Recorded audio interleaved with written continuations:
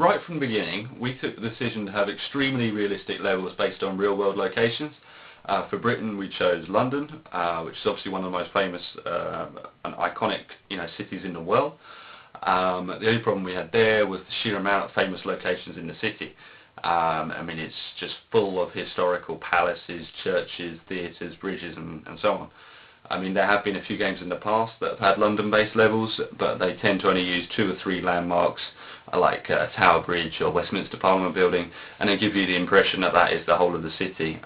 But we didn't want to do that. We didn't want to cheat or cut corners. So the London level in Cargasm is the most accurate photorealistic depiction of any real-world city in the history of racing games. To give you an example, the central London section in Cargasm is exactly as it is in real life. Our company, Near Global, has spent the last 2 years working on the technologies and ways to showcase real-world cities using video game technology. That means taking the kind of data and the measurements and things we can use to actually acquire accurate data from a city environment and turn it into the kind of thing you can actually show in a video game or another interactive product. To do that, we looked at a few different technologies, and the one we found to be most suitable for this is called LiDAR, Laser Imaging Detection and Range, which lets you bounce lasers off the built environment and create a ghost-like image of the scene. It's used by surveyors mainly to measure for changes in distance and changes in movement in buildings. Our partners at ABA also use it for checking where the electric lines on railways and other kinds of things so they don't get hit the trains. We use it to measure buildings, and here's one we made earlier. It's a scan around BBC Broadcast House. And what you can see is it gives you very, very fine detail by bouncing these different lasers off, and it gives you an image of everything around the camera. You can see the scanner was mounted to a truck. You can see the truck in the foreground where it's shadowing the near pavement. But everywhere there's no shadowing, you can see very, very fine detail.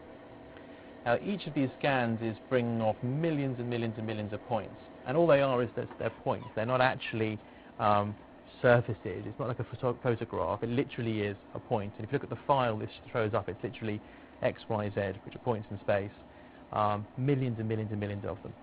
Now, what it's good at is giving you lots of detail. What it's bad at is making it usable for a computer to actually process at the kind of speed that a game needs to do, 30 frames per second. So what we do is we take that data into another program and we clean it up. We process it, and we bring it back to the point at which we can actually get rid of all the foreground data, get rid of all the shadowing, clean it up, and take it from hundreds of millions of points here to several 100,000 points here, which is still a great deal of data. But you'll see when we get close up that actually you can see the individual points, and they're about 5–10 millimeters apart.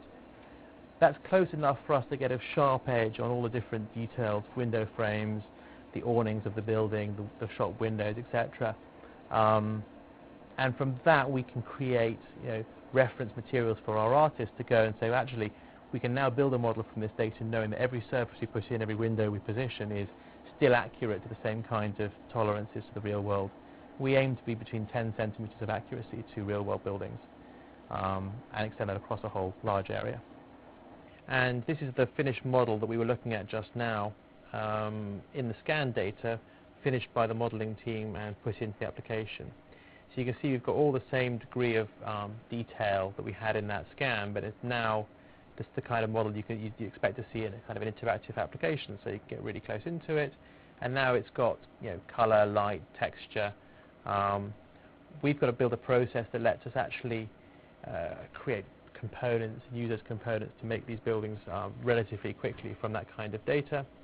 And it gives us a very, very high quality, in fact, game quality asset. It also means that we can create low quality versions of the same building quite easily as well. But of course we can do much more than that. With a model like this, we can now change the lighting on the whole scene. So rather than it being like a Google Street View where you've got a photograph which is one point in time, with this we can play with it, and we can do things like change the time of day. So